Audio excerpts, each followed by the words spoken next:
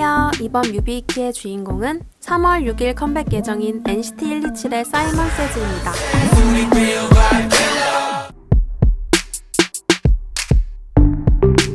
앨범명인 Regulate는 규칙이나 법규를 규정하는 무언가에 의한 통제를 뜻합니다. 도영구는 이 앨범을 통제된 사회 비판과 규제에서 벗어나기 위해 자아회복을 통한 조정이 필요하다는 메시지를 담은 앨범이라고 소개했습니다. 사이먼 세즈는 우리나라의 가라사대 게임과 동일한데요. 예를 들어 일어서 일 때는 가만히 있다가 사이먼 세즈 일어서 일 때는 일어나야 합니다. 즉 사이먼 세즈는 누군가에게 복종해야 살아남는 게임입니다. 한편 사이먼 세즈의 사이먼은 성경에 등장하는 예수의 제자 시몬 베드로의 영어 이름입니다. 시몬 베드로의 풀네임은 사이먼 피터인데 피터는 해찬의 영어 이름이기도 합니다. 해찬이가 티저 사진에서 베드로의 상징인 열쇠를 들고 있는 모습을 보았을 때 본 뮤비는 성경 속 예수와 베드로의 이야기를 차용했다고 볼 수 있습니다. 그래서 저희는 사이먼 세즈 뮤비를 성경과 연관지어 해석해보겠습니다. 그렇다면 사이먼 세즈가 예수가 살았던 시대와 어떠한 유사성이 있을까요? 성경 속에서 예수를 따르던 백성들은 당시 권력자들이 예수를 죽이려고 하자 그를 배신하고 돌을 던집니다. 베드로 또한 예수를 3번 부인하는데 이는 자신이 예수의 제자임을 밝히면 죽을지도 모른다는 두려움 때문이었습니다. 이 이야기를 자세히 살펴보면 사회의 주된 분위기를 따라야 한다는 두려움은 자신이 원하지 않았던 잘못된 행동까지 하게 만든다는 것을 알 수 있습니다. 더불어 그 사회에 통제받던 사람들조차 다른 사람들을 통제하는 존재가 되어 연쇄적인 억압까지 일어나는 것을 알 수 있습니다. 이어 사이먼 세즈 속 세계관 역시 사회 구성원들이 사회가 정한 규범에 의해 개인의 자유와 신념이 억압받고 결국 자아를 잃어가는 사회를 보여줍니다. 앞서 언급한 것처럼 해찬은 베드로와 가장 유사한 인물입니다.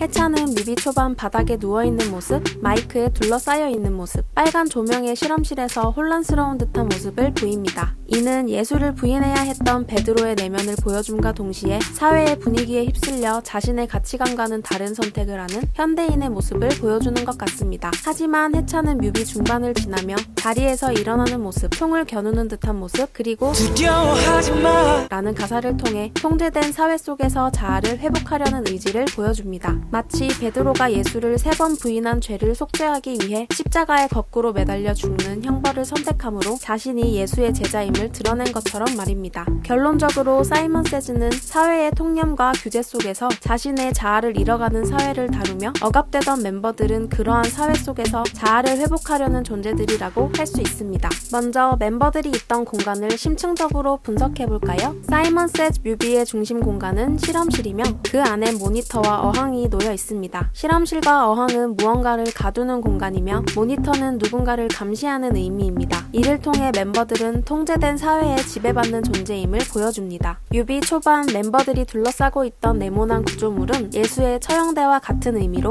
사회가 억압하고 있는 대상으로 볼 수 있는데요. 뮤비 후반에 멤버들은 네모난 구조물 중심에 앉아서 노래를 부르는데 멤버들 역시 사회의 통제와 억압을 받고 있는 대상임을 의미합니다.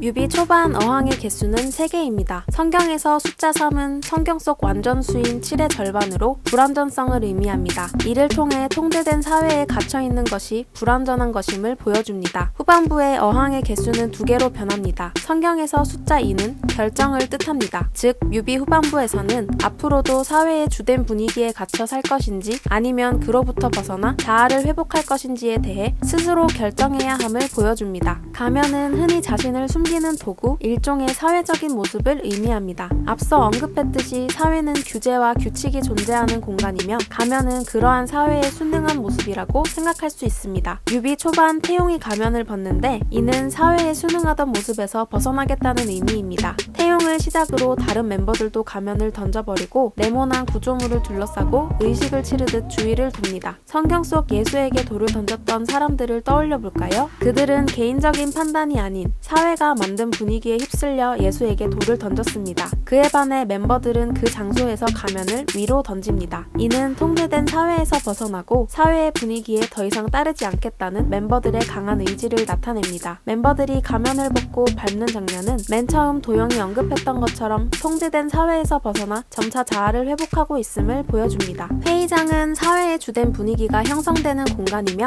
마이크는 그 분위기를 따르는 사람들의 말을 의미합니다. 회의장 테이블에 누워 마이크에 둘러싸인 윈윈의 모습 모습은 십자가에 매달린 예수처럼 보입니다. 마이크는 의견을 자유롭게 표현하는 도구이기도 하지만 예수가 누군가의 말에 의해 오명을 썼던 것처럼 마이크는 누군가를 공격할 수 있는 힘을 갖고 있습니다. 가면을 벗은 멤버들은 수많은 마이크와 회의장을 비웃듯 춤을 춥니다. 이 모습은 그들이 사회적인 룰과 통제된 사회에서 벗어났음을 보여줍니다.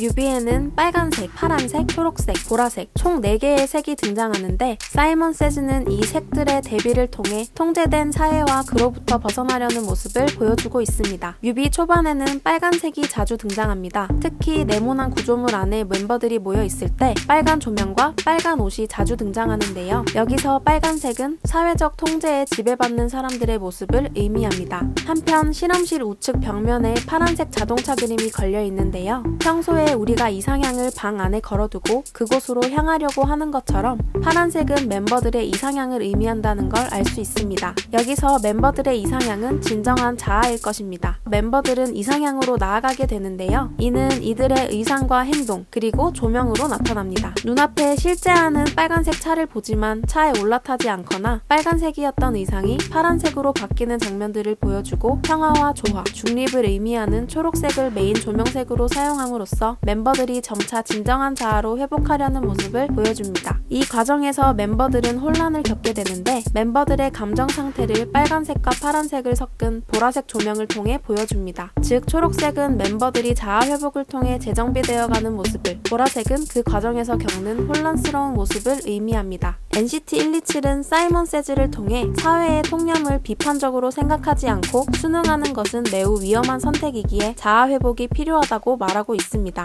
이러한 메시지를 전달하기 위해 NCT 127은 사회의 통제로 인해 처형당해야만 했던 예수의 이야기를 차용한 것이 아닐까요?